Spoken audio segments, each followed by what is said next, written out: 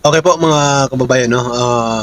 'Di ba natatandaan niyo man yung pasabog di umano ni Manong Chavez Singson diyan sa kanyang emergency conference press con na ang sinasabi niya dito mga kababayan, ang bintang niya ito, hindi lang ito talagang hindi lang talaga itong chismis.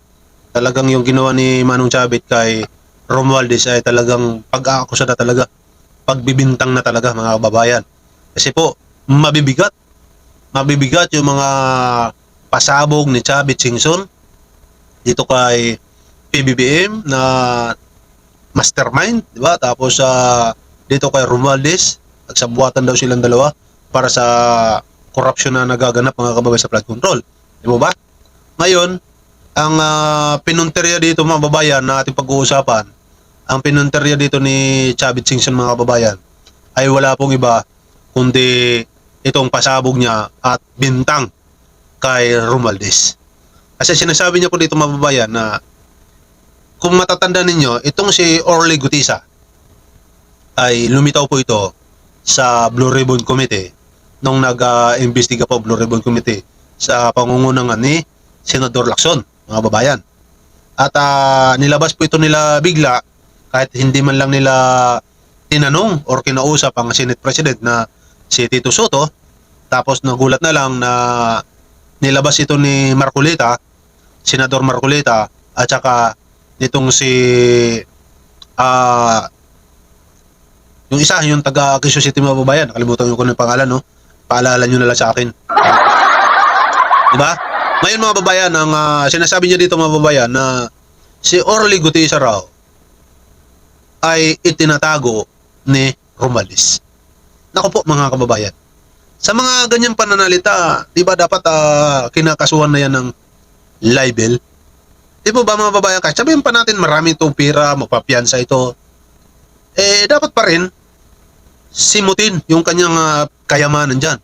Dapat lagi may piyansa, dapat lagi may kaso para hanggang sa maubos yung kanyang pampiyansa. Diba?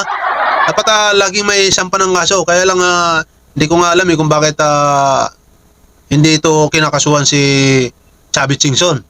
Siguro palagay ko lang na re-realize ng administrasyong ito, lalong-lalo na ni Romualdez, na pag pinatulan nito, sisikat pa ito. Baka mamaya, ito talaga ang kanyang purpose na magpasikat mga kababayan. Kasi o nga naman, pag sinampahan mo ito ng kaso, pag-uusapan talaga siya. Tapos aarestuhin, pag-uusapan na naman, magpapiyansa, pag-uusapan na naman, hanggang sa tuluyan niya rin po ito mga babayan makilala sa 2028. Makakatakbo pa tuloy ito. Kaya tama lang na wag na talaga itong patulan mga kababayan, ito si Manong Chavez. Diba? Kasi po, ang sinasabi niya dito, si Orly Gutisa raw ay tinatago, nasa kamay na raw ni Romualdez. At baka raw patayin na lang itong mga babayan, ito si Orly Gutisa. Nagtataka naman ako sa sinasabi ni Chavez Singson na itinatago ni Romualdez si Orly Gutisa, samantala ang naglabas niyan walang iba kundi si Senador Rodante Marcolita, mga kababayan. Di ba? Siya ang naglabas niyan, kaya napaka-imposible talaga na mapunta ito kay Romualdez. Ano namang kinalaman ni Romualdez dito mga kababayan? Di ba ba? Kaya ang hirap paniwalaan talaga ni Chavez Singson. Pero ganun pa man, dahil balita ito, siyempre, alam naman na hindi natin ito pansinin. Mahuhuli naman tayo sa balita pag hinayaan po natin ito mga kababayan. Pakinggan na lang natin to. Na si Forty Gutesa, tinatago umano ni dating House Speaker Martin Romualdez ang surprise flood control witness na si Forty Gutesa. Yan ang agenda report ni Hannah T. Nasa puder na raw ni former Speaker Martin Romualdez si surprise witness Orly Gutesa. Ayon yan kay former Ilocos Sur Governor Chavez Singson. Tinuuli na, binaligtad na, tinago na. Gagamitin nila yun. Si Gutesa ay bigla ang lumitaw sa isang Senate Blue Ribbon. Hinuli daw at tinago na, mga babayan. Paano kaya nangyari yun na ano yun? Paglabas mula sa Senado, inabangan na agad ni Romualdez? Ganun ba yun?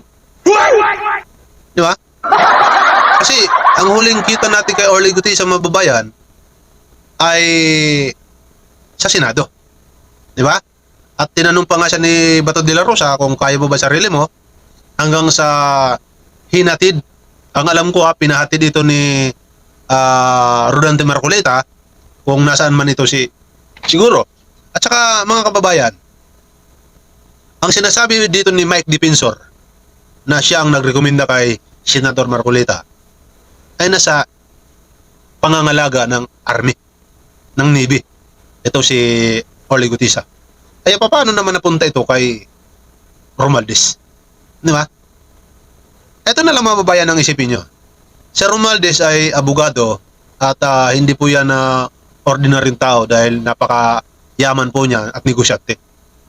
Tapos, mag-aalaga siya ng, di ba? Ordinaryong tao lang. Di ba? Papatulan niya yan para lang masira ang kanyang pangalan. Hindi ka panipaniwala yan mga babayan. Hindi, walang maniniwala dyan kay Chavit Singson. Kapanipaniwala pa na inilitaw itong si Orly Gutisa magsalita si Romualdez at pagkatapos magsalita, itinago para kunyari kinuha ni Romualdez. Yan ang medyo bagay na paniwalaan mga kababayan. Kunyari, nawawala si Orly Gutisa, itinago na, hindi natin alam kung anong kapalit, kung bakit nagsalita siya sa Senado para siraan si PBBM at Romualdez, di ba? Tapos, itinago, pinakawalan, kung saan man siya ngayon, para isisi, kunyari, kay Romualdez. Yan ang kapanipaniwala ng mga plano mga kababayan. Alright? Tuloy natin. Committee hearing na dating security consultant umano ni ako Bicol Party List Representative Zaldico at idinetalye ang limpak-limpak na cash deliveries umano sa bahay ni Ko at maging kay dating House Speaker Romualdez. Basura ang tawag sa higit kumulang 48 million pesos na nasa bawat maleta. Sa katotohanan na ang lahat ay nilagdaan ko, ang salaysay na ito ay kusang loob at walang anumang pamimilit at bunsod lamang na hangarin matulungan ang ating bansa. Matapos ang explosive allegation ni Gutesa, tila na wala siyang parang bula at sa gitna ng mga ito, inihatol ng isang Manila court na falsified daw ang salaysay niya. Yan ay dahil peke umano ang pirma ng notary lawyer sa kanyang affidavit na si Petri Rose Espera. Bagamat hindi idinatalya ni Singson ang exact location ni Gutesa, nakatago na raw ito kay Romualdez at plano raw siyang gamitin oras na masampahan siya ng kaso sa ombudsman. Pero walang kwenta ang ombudsman dahil ganun na rin. Sinusubukan pa namin humingi ng official statement mula sa kampo ni Romualdez. Sa gitna ng flood control scandal investigation, bumaba sa pwesto ang dating House Speaker at bagamat humarap sa ICI kaugnay ng investigasyon, inirekomenda na ng DPWH ang paghahain ng plunder, graft at bribery charges laban sa presidential cousin at kay Ko kaugnay ng pagkakadawit sa investigasyon. Para sa agenda, Hannah T. Billionaire News Channel. Di ba? Ayan po mga babayan, ito sa totoo lang, kung ako kay Romualdez, kasuhan ko to, si Chavit. Hindi, para lang malaman ni Chavit na mali na ang kanyang mga ginagawa. Di ba? Para sa akin yun. Total, may kaso na rin naman sila, di ba? Di damay-damay na. Kasi parang ang nangyayari dito, ginagamit na lang ni Chavit yung kanyang edad para makapanira ng tao. Siguro iniisip ni Chavit, matanda na ako. Kaya hindi natin alam. Baka mamaya mayroon na sa likod sa kanya. Diba? Mayroon na nasa likod niya kung bakit nagsasalita siya ng mga ganito. Hindi natin alam kung sino bang makikinabang dito sa mga paninira kay Romualdez. Yun na lang ang isipin natin mga babayan. Kung sino makikinabang dito, matik, yun na yun. Diba? Pwede rin naman natin itanong kay Senadora. Senadora Amy Marcos, di ba? Malay natin kung hindi natin alam kung anong kwento diyan mga babayan, ha? Pero siyempre, abang-abangan na lang natin yung mga susunod na mga kabanata diyan. Abangan natin yung sagot ni Romualdez kung anong talaga ang kanyang sasabihin dito. Alright, sa mga babae po natin hindi pa po nakapag-subscribe, like, share sa ating munting channel. Libre lang po yan mga babayan na wala pong bayad dyan. Kaya, pag nag-subscribe kayo, click yung notification bell para palagi kayong updated sa ating mga video. Alright, thank you so much po sa inyo lahat. Mabuhay ang bagong Pilipinas. Adios!